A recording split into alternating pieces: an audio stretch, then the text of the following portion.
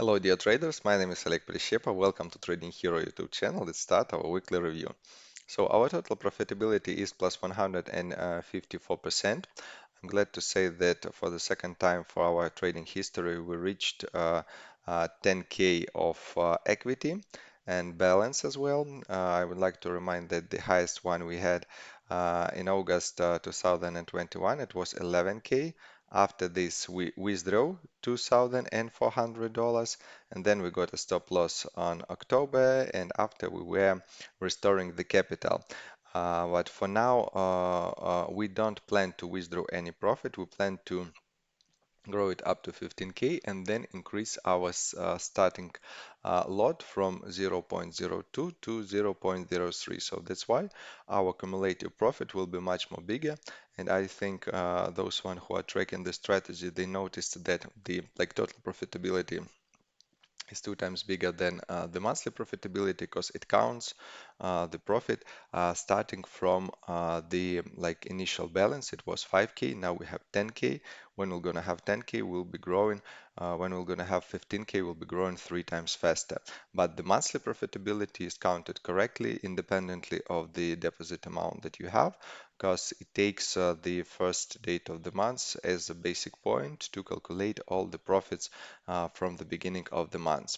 So hopefully everything will go okay according to the plan, and we're gonna see the cumulative profit for a sufficient period. Like this year, we're expecting to reach 3 years of profitable trading. So let's see how it goes.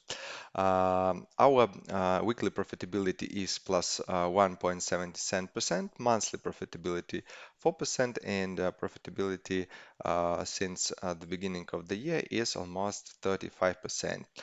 You can see that starting from May, volatility was decreasing, but now we have 4% and we still have 2 weeks ahead. So it's possible that we can reach 7% and more. So let's see how it goes. Let's analyze our trades. And we start as usual from our first currency pair GBP to USD on 1 hour time frame. I highlighted the previous week with a gray rectangle. So actually you can see that it was a very volatile week for this currency pair. And fortunately, we closed our positions, our selling positions on Tuesday with a huge profit. I can say that from two trades, we usually get like $10. Like sometimes we can get a little bit more, like $12, maybe $15, but we were never getting the amount of $76. So the price actually squeezed and it's very good. And you actually can see that sometimes when you have a price squeeze, it's not only when you get losses, it's also about when you get profits. So like this kind of a deal made the biggest profit of the last week. Hopefully, we're gonna have such kind of situations in the future with big amount of lots, because the more lots we have, the bigger impact it will make on the total positions that we have. Then after this decrease, we started gaining the opposite position. We bought, then we closed it, then we made this selling trade here, and then we were again in position against this decrease. And what is interesting that the last week we renewed the local historical lows once again. And you can see we are on a weekly time frame now that the price that we have right now is the lowest since 1993 from MetaTrader for history, and we already covered the fall after we had in 2016 after Brexit, and the decrease after COVID has started, and we actually are gaining very good potential to see the reversal movement because this trend cannot last forever. And for all of you who want to look for some long-term positions, it may be a good position to buy for a long term. But for us, if everything goes according to the volatility we had for the last 14 years, it will make a great opportunity to make additional funds on the increased volatility. So the next currency pair is GBP to Canadian dollar. You can see that we had one trade on Wednesday. On Monday and Tuesday, we formed local highs. On Wednesday, we actually broke these highs and it triggered the bot to open a deal. We closed the deal. Now we are in this lateral movement. And in difference to GBP to USD, I would say that we are not falling. Maybe we even like grow because like we see the tendency that like market actually tries to go up, and we were trading mostly like in the middle and in the upper part of this corridor. But still, we are in a corridor, so let's wait for the attempts to break the upper and the lower like border of this new corridor, and we're going to be trading against the new impulses.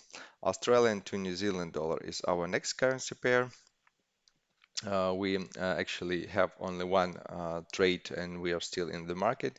We're trying to actually reach the new highs, and we were trying to beat this price for three times during the last week, but still we didn't make it. And I think that when we're gonna fall down a little bit low, we're gonna close our position with profit. If not, we'll be waiting for the new prices above this level, and we'll be opening another averaging deals to support our position. If we'll take a look at the global picture on Australian to New Zealand dollar, you'll see that we have also very interesting price. We are around the local highs from 2017 and 2016, and obviously if Australian and New Zealand banks were holding the price in this huge corridor starting from 2014. I think they may actually influence the price to go down back to the corridor because I think for this period, for 8 years, being in this corridor, the businesses of these countries, some like I mean government and private sectors, they got used to this price range, and maybe they will be trying to actually to put it a little bit down to make everything calm in the business. But who knows? We're trading against the impulses, and now we're waiting for the market to like go down from these prices. The next currency pair is New Zealand to Canadian dollar. Here we can see that we also had a strong impulse on Tuesday, and we broke the previous support level. And our algorithm, like both of them, they worked good here, opened two positions and closed them on Friday. Speaking about the global picture, we're falling down, and now we renewed our previous lows, and you can see that recently we can see the prices of 2012. So it is the lowest price for 10 years. So those of you who may be interested in long-term investments, also please pay attention to this fact. We don't speak about the decrease against dollar. It's a cross rate, New Zealand to Canadian dollar, and it mm, does make sense to look for some buying position, maybe not with the big lot, but globally it's a good position to buy here. For us, it's a good position to speculate, both like buying and selling, depending on the strength of the impulses we have on the market. And the last currency pair for today is Australian to Canadian dollar. You can see that we also had the impulse on Tuesday, but in difference with New Zealand to Canadian dollar, we are not decreasing in price, but we even can see that it tries to grow. So I would rather say that it's some kind of a corridor with the tendency. Now we can see the tendency to grow. When we're gonna form the next local high, It will be higher than the previous one, we'll be confident in it. But the situation looks much more better for Australian dollar than for New Zealand dollar. And actually, on Australian to New Zealand dollar cross rate, it's also was visible that Australian dollar tries to break the previous highs. So speaking about this currency pair, we had several trades from the previous week that we closed on Tuesday. We also made another trade on Monday and also closed it with profit.